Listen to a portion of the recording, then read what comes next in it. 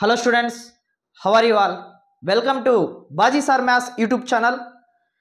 యాక్చువల్గా 10th class students అందరూ కూడా ఎప్పటి నుంచో వెయిట్ చేస్తున్నారు blue print and model paper ఎలా ఉండబోతుంది అని చెప్పేసి.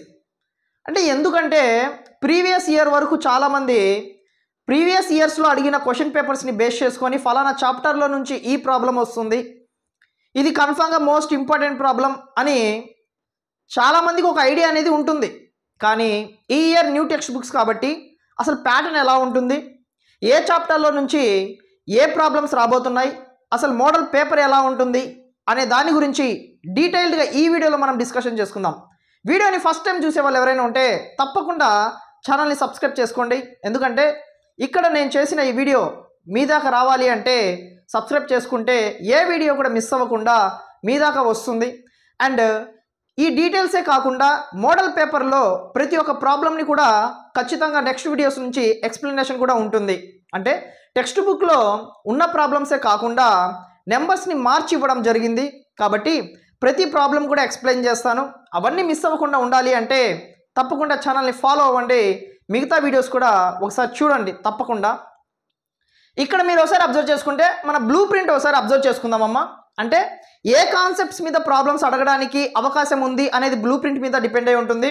ఆ తర్వాత chapter wise 1 marks, 2 marks, 4 marks and 8 marks ఇవి ఏ చాప్టర్లో నుంచి ఎన్ని వస్తున్నాయి అనే దాని గురించి కూడా డీటెయిల్గా ఈ వీడియోలో మనం డిస్కషన్ చేసుకుందాం. ఒకసారి ఇక్కడ అబ్జర్వ్ చేసుకుంటే ప్రాబ్లమ్ సాల్వింగ్ అనే దాని మీద ఖచ్చితంగా మనకి ప్రాబ్లమ్స్ అనేది రావడానికి అవకాశం అయితే ఉంది. అంటే ఈ ప్రాబ్లమ్ సాల్వింగ్ మీద ఖచ్చితంగా ప్రాబ్లమ్స్ వస్తాయి. అంటే ఏ ప్రాబ్లమ్స్ వస్తాయనేది తెలియదు కానీ ఖచ్చితంగా ప్రాబ్లమ్స్ అనేది ఉంటాయి.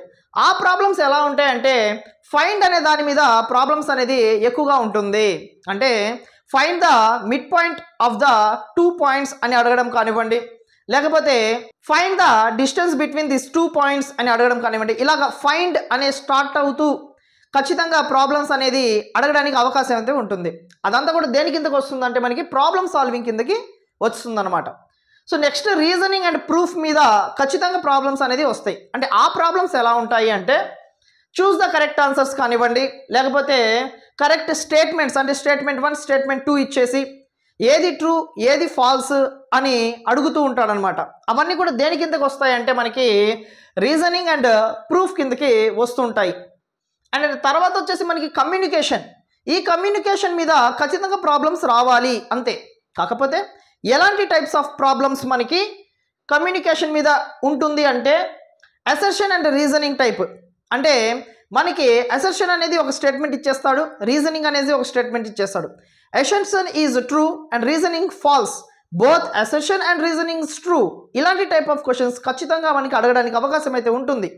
దాంతోపాటు ఇర్రేషనల్ అని మనము ప్రూవ్ చేయాలి. అంటే √2 కానివ్వండి, √3, √5 ఇలాంటి ప్రాబ్లమ్స్ మనకి రియల్ నెంబర్స్ ఫస్ట్ చాప్టర్లో ఉంటాయి. సో అవన్నీ కూడా దేని కిందకి వస్తాయి అంటే మాత్రము ఖచ్చితంగా కమ్యూనికేషన్ కిందకే వస్తాయి. అంటే దీని మీద ఖచ్చితంగా ప్రాబ్లమ్స్ అడగాలి. అలాంటి ప్రాబ్లమ్స్ ఎలా ఉంటాయంటే ఈ టైప్ ఆఫ్ ప్రాబ్లమ్స్ మనకి ఖచ్చితంగా ఉంటాయి అన్నమాట. అండ్ నెక్స్ట్ మనకి కనెక్షన్స్. ఈ కనెక్షన్స్ మీద కూడా ప్రాబ్లమ్స్ రావడానికి అవకాశం అయితే ఖచ్చితంగా ఉంది.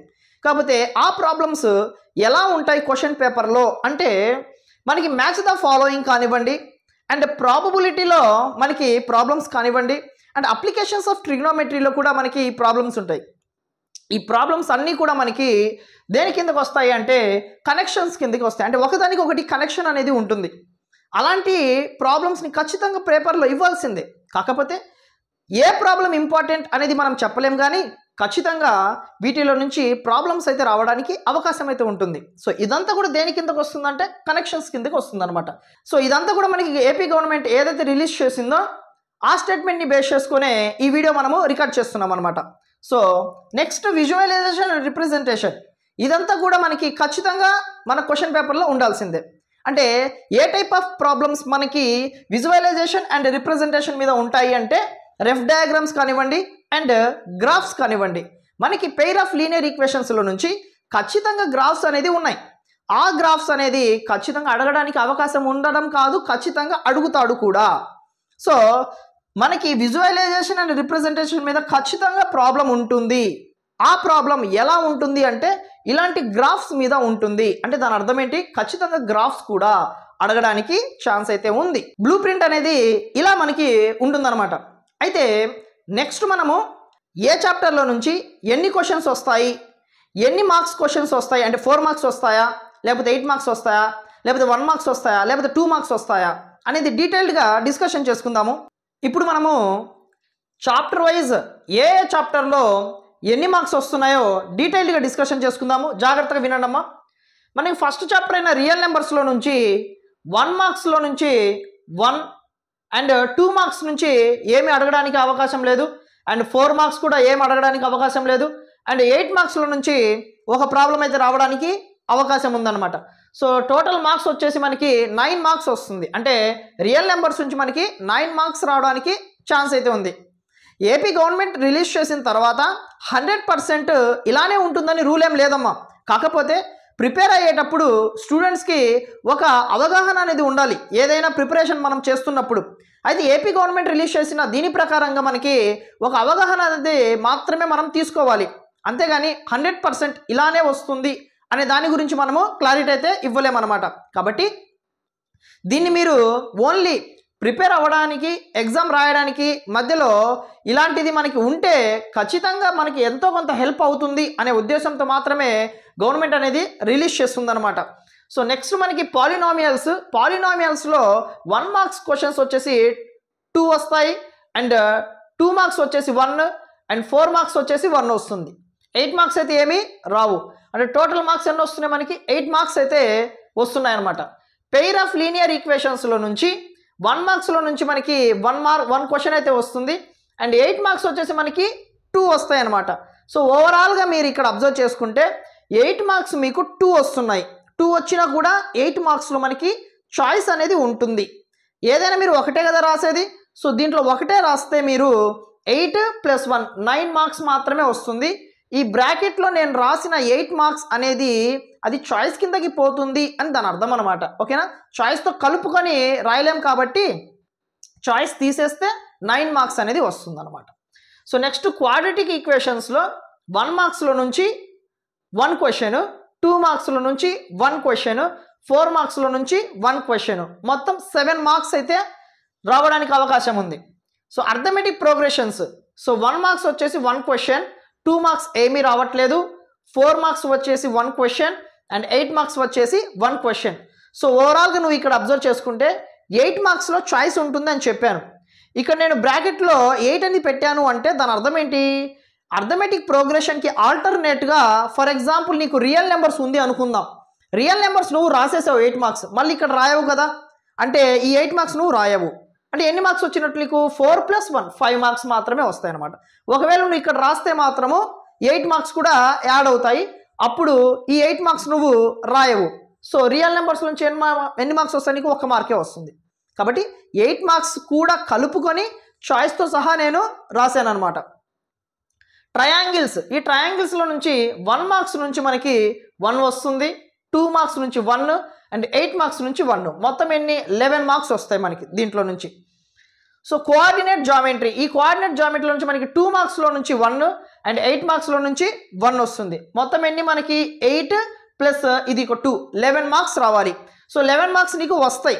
ఒకవేళ నువ్వు చాయిస్ కిందకి తీసేస్తే ఈ 8 మార్క్స్ రాయకుండా ఉంటే మాత్రము నీకు ఈ చాప్టర్లో నుంచి 2 మార్క్స్ మాత్రమే వస్తాయి అన్నమాట. నెక్స్ట్ మనకి ఇంట్రడక్షన్ టు ట్రిగ్నోమెట్రీలో 1 మార్క్స్లో నుంచి 1 క్వశ్చన్, 2 మార్క్స్లో నుంచి 1 క్వశ్చన్, 4 మార్క్స్లో నుంచి 1 క్వశ్చన్, 8 మార్క్స్లో నుంచి మాత్రము ఏమీ రావడానికి ఛాన్స్ అయితే లేదు.